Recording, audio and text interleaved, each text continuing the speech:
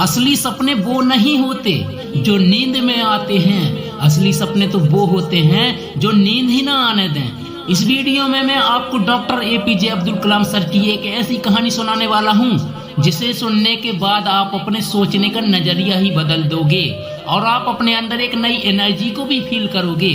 क्या आपको पता है कि कलाम सर ने शादी क्यों नहीं की थी? इसकी सिर्फ एक ही वजह थी और वो वजह थी कि कलाम सर सबसे ज्यादा अपने काम में लगाव रखते थे और जिस दिन उनकी सगाई थी उस दिन कलाम सर अपने काम में इतने ज्यादा व्यस्त थे कि वो अपनी सगाई तक भूल गए थे और उस दिन कलाम सर ने शादी न करने का फैसला भी कर लिया।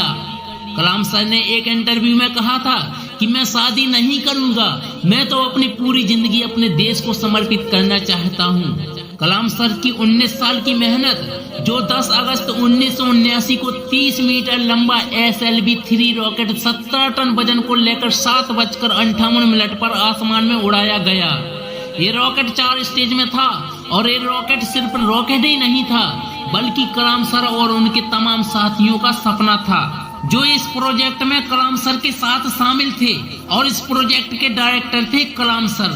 जब वो रॉकेट उड़ाया गया तो पहली स्टेज तो पार कर गया था, लेकिन दूसरी स्टेज में जाने के बाद अचानक ही रॉकेट ने अपना काम करना बंद कर दिया था और 317 सेकंड के बाद कलाम सर का सपना आसमान में टूटकर श्रीहरिकोटा से 560 किलोमीटर दूर जाकर समुद्र में जा गिरा।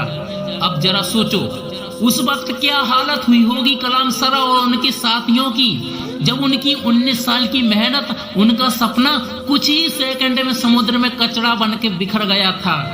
कलाम सर ने बताया था कि मैं उस वक्त इतना दुखी हो गया था कि मैं बिस्तर में जाकर गिर गया और मेरी आंखों से आंसू बहने लगे थे।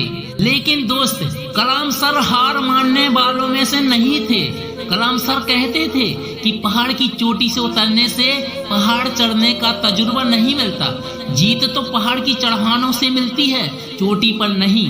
कलाम सर भी कुछ इसी तरह थे जो एक एक कदमों से आगे बढ़ते रहे और 1 साल के बाद 18 जुलाई 1980 सुबह 8:03 पर हिंदुस्तान का पहला सैटेलाइट रोहिणी अंतरिक्ष की ओर निकल पड़ा और वो रोहिणी सैटेलाइट सफलतापूर्वक अंतरिक्ष में पहुंच गया। दोस्त, कलाम सर ने बताया था कि उस दिन मैंने अपनी जिंदगी के अहम पल जिए थे क्योंकि उस दिन हमारा देश उन मुल्कों में शामिल हो गया जिसके पास सैटेलाइट लॉन्च करने की ताकत है। जब कलाम सर को देश का राष्ट्रपति चुना तो उनका स्वागत बड़े धूमधाम से किया गया। राष्ट्रीय भवन को बहुत ही सुंदर तरीके से सजाया गया। लेकिन ये बात बहुत कम लोग जानते हैं कि जब कलाम सर राष्ट्र भवन पहुंचे तो उनके हाथों में 2 सूटकेस थे।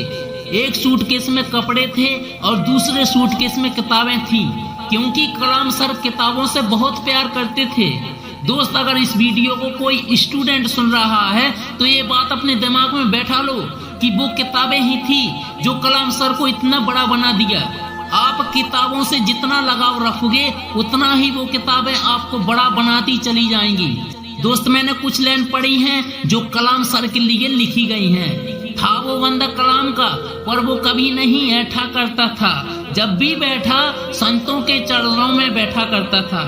दोस्त, कलाम सर ने कुछ बातें ऐसी कही थी जिसे हर व्यक्ति को अपने जीवन में हमेशा हमेशा के लिए याद रख लेनी चाहिए। उन्होंने कहा था कि कोई भी शख्स कितना भी छोटा हो लेकिन उसे हौसला नहीं छोड़ना चाहिए। मुश्किलें जिंदगी का हिस्सा है और तकलीफें कामयाबी की सच्चाई है। आसमान ने ये वादा तो नहीं किया कि मैं हमेशा नीला ही रहूंगा, सूरज ने ये वादा तो नहीं किया कि सूरज होगा तो बादल नहीं होंगे, खुशी होगी तो गम नहीं होगा, सुकून होगा तो दर्द नहीं होगा।